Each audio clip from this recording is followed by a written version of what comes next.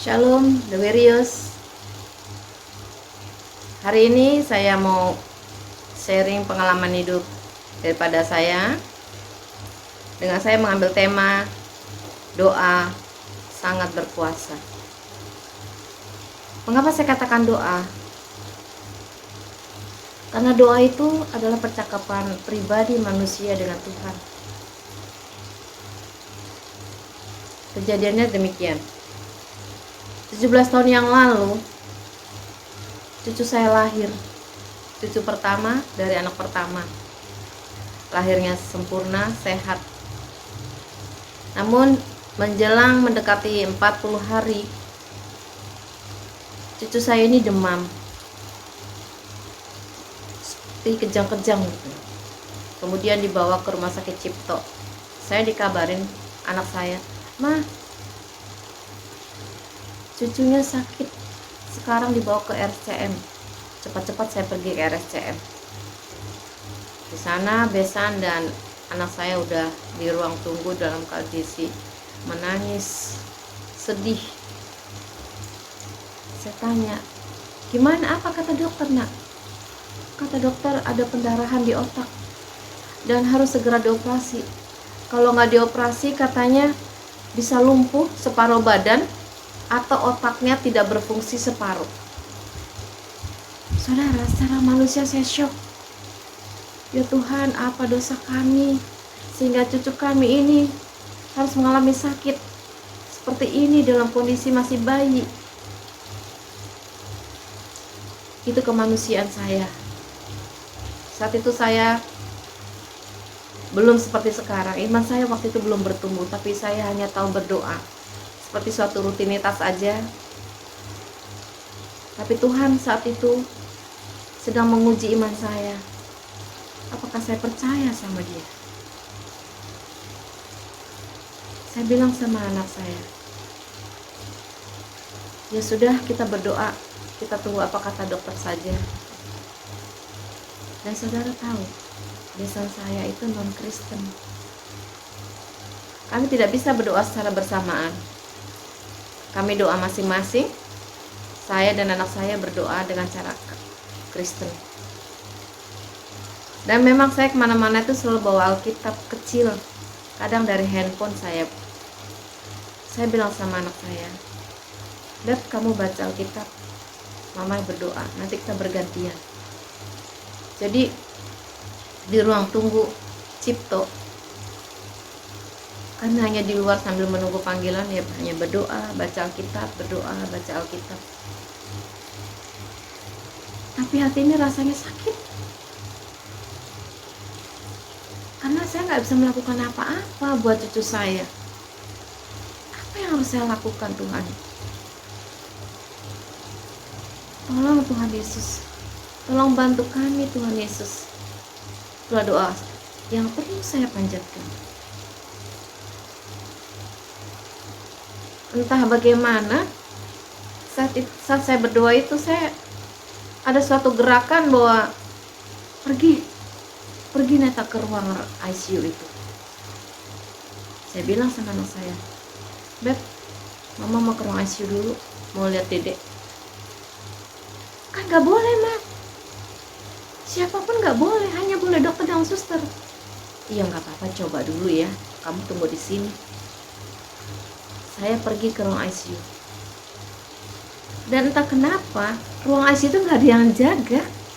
Suster perawat itu gak ada. Dan saya masuk. Dan saya juga gak tahu ada temannya Baby di belakang saya, ikut masuk. Dia gak ikut, diam, tidak berkata apa-apa. Saya bilang, "Tuhan, apa yang harus aku lakukan, Tuhan?" Saya cari di mana cucu saya. Ternyata di ruang ICU itu ada 3 orang. Dan saya cari, cucu saya dari sebelah kiri. Dan di ruangan seperti kayak inkubator besar gitu. Tubuhnya penuh dengan selang di mana-mana. Saudara, dia hanya bisa menangis dan menangis. Hati saya hancur melihat ini semuanya. Tuhan, apa yang harus saya lakukan? Di tangan saya ada minyak urapan. Saya ambil minyak urapan, saya taruh di tangan saya. dan saya olesi di tubuh cucu saya ini dari kepala sampai kaki, sambil saya berdoa, Tuhan, di dalam nama Tuhan Yesus saya percaya kepada Engkau ya Tuhan, operasi ini dibatalkan karena aku percaya tangan-Mu penuh kuasa, sanggup menyembuhkan. Hanya itu satu yang dapat saya lakukan. Saat saya akan mau berdoa lagi, tiba-tiba suster datang. Ibu, kenapa ibu bisa masuk ke sini? Gak boleh ada yang masuk siapapun di tempat ini kecuali perawat dan dokter. Iya maaf suster, saya akan keluar. Ibu, ini apa ini? Kenapa badan bayinya banyak minyak? Iya maaf suster, itu kepercayaan saya, keyakinan saya. Kalau saya memberikan minyak urapan ini, memberi kekuatan buat cucu saya. Minyak apa? Minyak zaitun kok suster. Oh ya sudah, ibu keluar sekarang, keluar. Ya suster, terima kasih. Saya keluar. Langsung kamar ICU itu dikunci dari dalam. Saya berdoa, terima kasih Tuhan. Terima kasih Engkau izinkan aku bisa melihat cucu saya. Udah saya keluar, saya bilang sama baby, Beb, mama udah lihat Tama di dalam. Sakit sekali mama lihatnya. Kenapa ma, kenapa, sampai baby nangis. Terus seluruh badannya penuh dengan kabel-kabel entah apalah itu.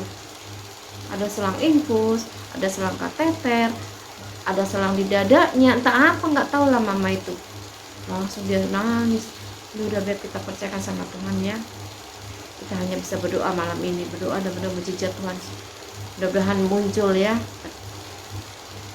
Akhirnya kami berdoa dan kami tak bisa tidur semalaman itu. Dan saya katakan sama baby, Beb, besok mama harus pergi ke kantor.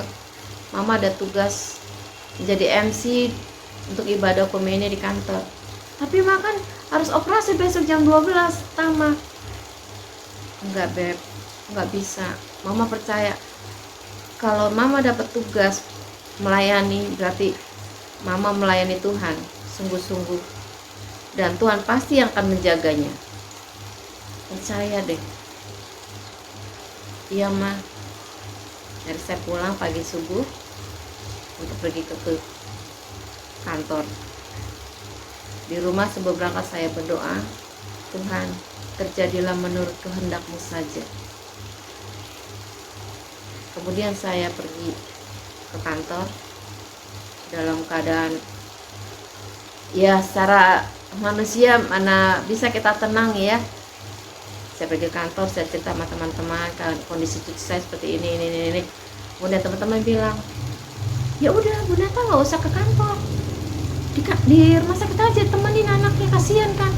Nggak apa-apa kok, saya ada tugas pelayanan, biar Tuhan yang menjaga cucu saya. Ya ampun Mbak, kasihan cucunya. Enggak, Tuhan kasihan juga sama cucu saya. Oh yaudah Mbak. Pas jam 11 saya pergi ke tempat ibadah Okomene di kantor. Dan saya sebelum acara dimulai, saya katakan tolong bantu doa buat cucu saya, saat ini ada di ruang ICU. Nanti jam 12 akan dioperasi untuk pengangkatan gumpalan darah di otaknya. Dan saya percaya doa Bapak Ibu akan membantu kesembuhan cucu saya. Kemudian acara ibadah berlangsung sampai jam 1. Selesai, buru-buru saya ke toilet, saya buka HP saya. Dan apa yang terjadi? Puji Tuhan, baby katakan, Mah nggak jadi dioperasi.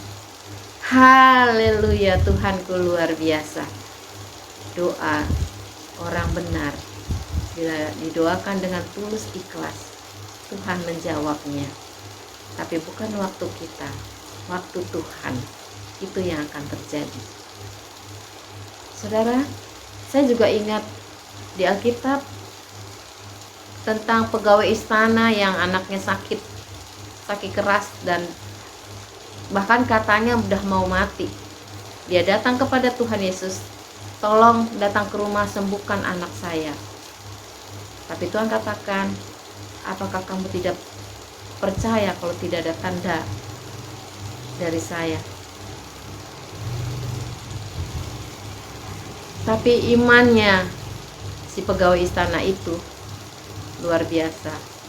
Dia percaya apa yang dikatakan Yesus. Dia pulang. Di dalam perjalanannya dia ditemui oleh teman-temannya dan dikatakan bahwa, "Pak, anaknya hidup." Kemudian pegawai itu bertanya, jam berapa kira-kira dia hidup, dia sembuh? Kira-kira jam sekian. Ternyata sesuai apa yang diperkatakan Tuhan Yesus, anakmu sembuh. Saudara, itulah salah satu inspirasi di dalam hidup saya. Doa sangat berkuasa, karena disitulah percakapan pribadi kita kepada Tuhan Yesus. Dia Allah yang sanggup menyembuhkan berbagai macam penyakit. Dia Allah yang sanggup melakukan perkara-perkara yang ajaib, yang tidak mungkin bagi manusia, tidak mungkin bagi kita semuanya, tapi mungkin bagi Tuhan. Cucu saya harus jadi operasi otak, pengangkatan pembuluh darah, tapi Tuhan tidak izinkan. Dia sembuhkan dengan luar biasa. Karena apa? Iman kita. Terima kasih. Ini sharing saya yang singkat. Semoga menjadi berkat bagi kita semua. Shalom, Tuhan Yesus memberkati.